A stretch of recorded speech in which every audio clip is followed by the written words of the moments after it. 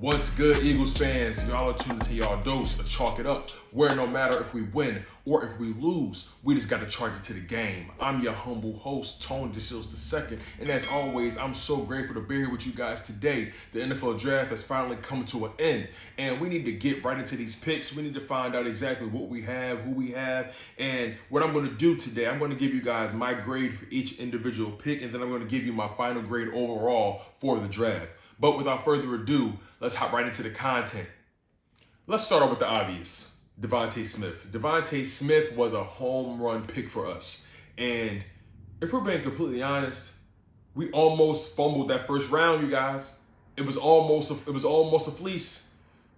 We were lined up or set up to go right after the Giants. It was the Cowboys at 10, Giants at 11, Eagles at 12, and then we made the decision to jump the Giants and trade picks with the Dallas Cowboys. We swapped 10th and 12th overall picks, and we gave up an additional third just to move up 2 spots. And we got our guy Devonta Smith at 10, and the dude is electric. It goes without saying. He can run any route that you give him. He can run the full route tree. He's so polished. He's a technician.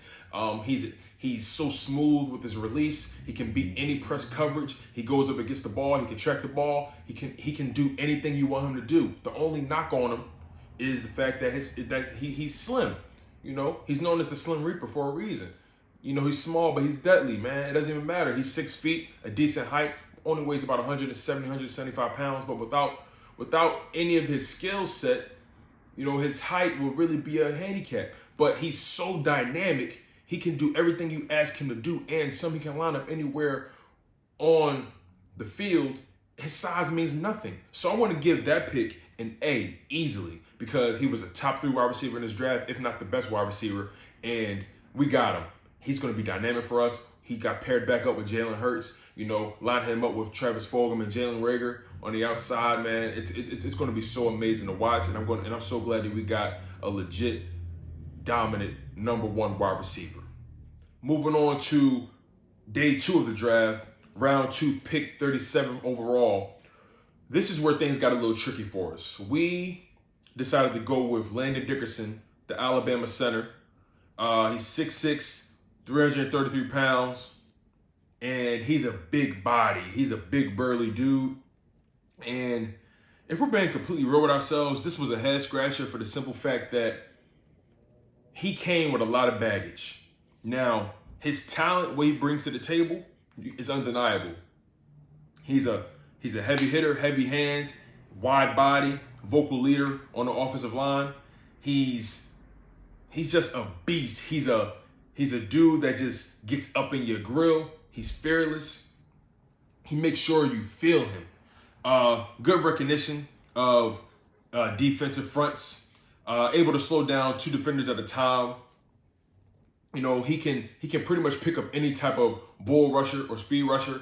He can pretty much do anything you want him to do on the offensive line. He can play the center position. He can play both guard positions. If need be, you can put him at the tackle position if you want to. But he's definitely more dominant in the center and the guard positions. But his only problem is his health. He had multiple ACL tears. He had ankle problems. He just comes with a lot of baggage. And knowing what the Eagles dealt with this past season, having a lot of injury issues on the O-line, that's not a good look. Now, I personally give him a B plus grade. The reason he's not an A is because of the injuries. If he pans out, if he's able to stay healthy on the next level, he's easily a home run pick. He's easily a steal in that second round. But his health, that is the only knock on him. And that's going to continue to be something I monitor as a fan, as a supporter of the Philadelphia Eagles. And like I said, if he's able to surpass what we expect, knowing his health, that B plus will easily turn into an A.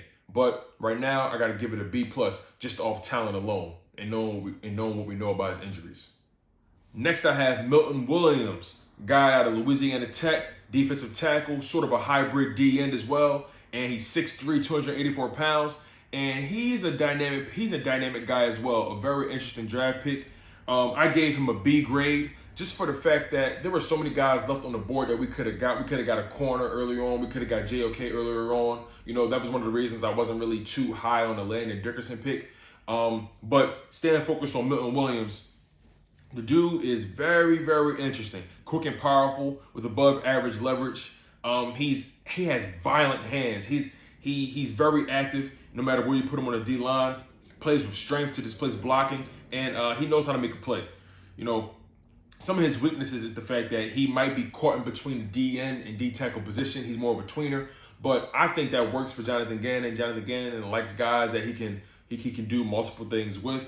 And on top of that, if we lose out on injuries on the D line, he'll be able to fill in for a guy, maybe Javon Hargrave or Fletcher Cox or BG. We all know Fletcher Cox and BG are on the tail end of their career, and you know, having a guy like Milton Williams definitely gives us versatility. He's definitely a guy that we have for not just our now, but our future. He's definitely going to be a solid rotational piece. I definitely see him competing with Hassan Ridgeway for that third D tackle spot. So it's going to be interesting seeing what Milton Williams does for us. Like I said, I gave him a B grade for us. Moving on, we finally got our defensive back. We finally got our cornerback, Zach McPherson, out of Texas Tech. 5'11", 191 pounds.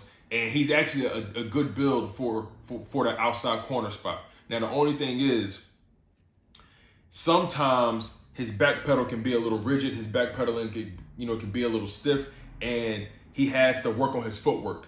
But he knows how to play the ball in the air. He's extremely smart, very teachable. He plays with strength, and he knows how to displace wide receivers from their routes. Ball skills are very, very tight, and he shows up in run support as well. So I like Zach McPherson. I'm glad we finally got our corner. I give Zach McPherson a B grade in this draft, mainly because I feel like we could have gotten maybe a more talented corner in that second round, maybe in Asante Samuel Jr. But Zach McPherson definitely brings a lot to the table. He definitely brings a lot to work with, and he's definitely going to compete for that outside starting cornerback job. He can learn a lot from Darius Slay, and he has the size. He's one of our bigger corners. He's definitely bigger than Devonta Maddox, and that's something we've been missing with our cornerback room. We need size to compete with these dynamic wide receivers in this league. So Zach McPherson, I give him a B grade. That was a good pick. Next, I have Kenneth Gainwell. Now, I really love this pick. Kenneth Gainwell, running back out of Memphis, gave him a B grade. Now, Kenneth Gainwell, he gives you a lot, especially knowing what Nick Sirianni used to do with a guy like Nyheim Hines and Marlon Mack, that 1-2 punch.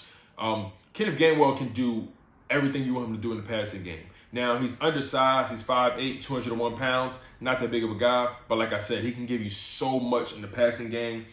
He's used to a heavy workload. He had big production in 2019. He didn't play in 2020 because he was an opt-out, but he's calm in the face of penetration. He has great lateral quickness, and he knows how to block. He knows how to get very physical.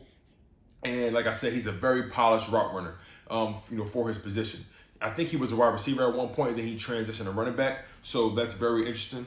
He has great vision, and he knows how to pick up the blitzes, when he's blocking. Now, the only thing is, sometimes he gets wiped out as an interior runner. Don't expect him to be able to run in between the tackles. That's not really his strong suit. Definitely expect Nick Sirianni to line him up at, on wide out, have him run out the backfield, for passing plays. Sometimes he's hesitant in the backfield and he does a little too much, but, it's nothing that you can't really coach up. He's one speed, so he's not really the fastest, but he has good enough speed to break away. This is an exciting pick, very exciting. I gave this a B grade as well. We're going to pair him up with Miles Sanders and Jordan Howard in that backfield. He's definitely going to compete with guys like Huntley, Elijah Holyfield, Boston Scott. So the backfield is kind of crowded, but I definitely see him competing maybe for that third running back, maybe that second running back spot if Jordan Howard continues to be that guy that we use in short yardage, goal line situations. He's definitely going to be used in a lot of passing situations, Kenneth Gainwell. So I really like that pick as well. We picked up D tackle Marlon Chewie Powell out of USC. D tackle, 6'2", 307 pounds, a little undersized as far as his height goes, but he's a project. He's definitely going to be a rotational piece on that D tackle spot. He was a 3-year starter at USC, and he has a burly base with good feet. He fights back, and he's a good run stopper. He's a good run defender. Don't expect him to be dynamic in the pass rush. He lacks that agility, and oftentimes he missed sack attempts, but he was very productive for USC. He doesn't really have a lot in the toolbox as a pass rusher, but I gave him a C+ grade. It's not a terrible pick. It's not the best pick. It's an okay pick. It's cool. We'll see what he can bring to the table. Moving on to my man, Teron Jackson, or is it Taron Jackson, out of Coastal Carolina. 6'2", 254 pounds.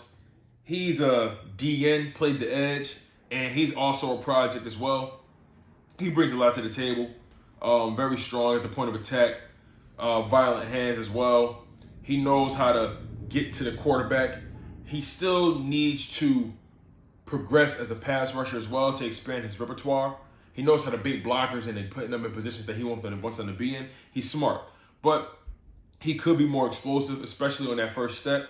And he kind of lacks that upper body suddenness to really rip away from blocks. But he still has violent hands. He doesn't give up. So we'll see what that guy can really turn out to be. I gave him a B- grade.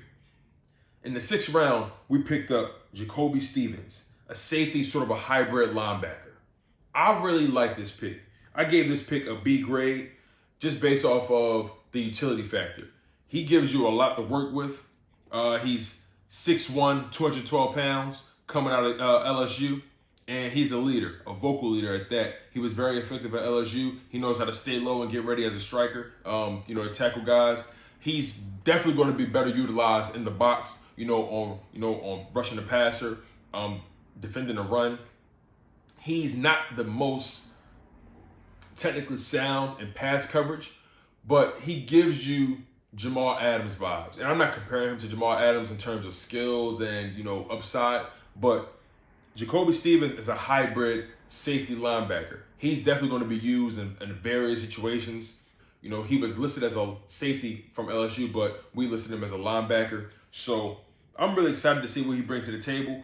People claim the fact that he's a tweener as a weakness, but me, I kind of give him that as a strength, especially knowing what Jonathan Gannon did in Indianapolis and what he did in Minnesota. He's a great developer of talent, and it's going to be very interesting to see what Jacoby Stevens can do. I gave him a B grade just because of the versatile factor.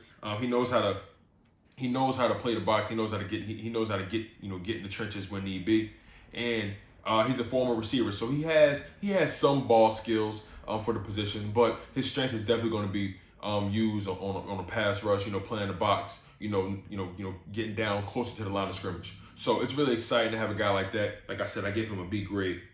And last, but certainly not least, we have Patrick Johnson, DN, coming out of Tulane. I gave him a B- grade. Now, the reason I gave him a B- grade is because he has some things to work with, but he has some things to work on as well. He's definitely technically sound, well-schooled. He has a decent frame, compact, powerful with big hands, and he knows how to play the angles. He knows how to search and find the quarterback. He knows how to play the lanes, and he's supremely talented as a hand fighter. His hands are supremely aggressive, and he doesn't stop fighting to get to the quarterback. He doesn't stop at all. Definitely has a strong punch move and is well targeted as well. Now, he can be a little stiff in the hips, just based on what I've seen, and also based on what these scouts are saying as well.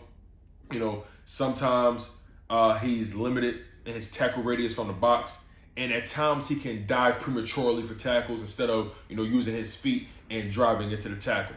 But he's definitely a project, somebody that we can work with, and also he's going to be a rotational piece, on the edge as well. So, wrapping up this entire draft, we got 1, 2, 3, 4, 5, 6, 7, 8, 9 guys in this draft. Just based off everything I told you guys, I give this overall grade of this draft a B. It wasn't a supremely amazing draft, and it wasn't a terrible draft at all. It was a decent draft. It was a pretty good draft. I give us a B. We got some guys to work with. We definitely got some talent on the top end. We definitely got to keep our eyes up for Landon Dickerson, in his health. If he stays healthy, he's definitely a top 20, top 25 talent. Definitely a first-round talent, without a doubt. Devonta Smith, we know exactly what he's going to do. And then when you think about us going heavy on D-line in this draft, that shows me that we're definitely preparing to move on from BG and Fletcher Cox. Those guys are definitely getting older, and we need something to work with. We need some guys to fill in those gaps. And, we'll develop those guys. We'll see what they can bring to the table. And, bringing in the corner like Zach McPherson, that definitely adds more depth in the corner room. That's definitely going to bring some competitive nature in that room as well. And a guy like Jacoby Stevens, like I said, man, that hybrid safety linebacker position, that's something we definitely needed. We didn't draft technically a prototypical linebacker in this draft, but we do have a decent linebacker room. We don't want to overcrowd it. We need to find out what we have in guys like Sean Bradley and Davion Taylor and definitely Eric Wilson that we got from the Minnesota Vikings. But this grade for this draft is a B. Not bad, not great, good. A lot to work with. And I'm not mad at it. I'm going to go deeper into each individual player in their own individual video later on. But I just wanted to give you guys my overall grade for this draft. A B. Not bad, not great, but it was good. And I'm excited that we have some new talent to work with. It's going to be a good year, y'all. I'll leave it at that. I'm your humble host, Tone DeShields II, and y'all have been tuning to y'all dose to chalk it up. Where no matter if we win or if we lose, we just got to charge it to the game. Make sure you guys like, comment, and subscribe for more content. Stay humble, stay healthy, and most importantly, stay hungry. One love, and fly Eagles fly.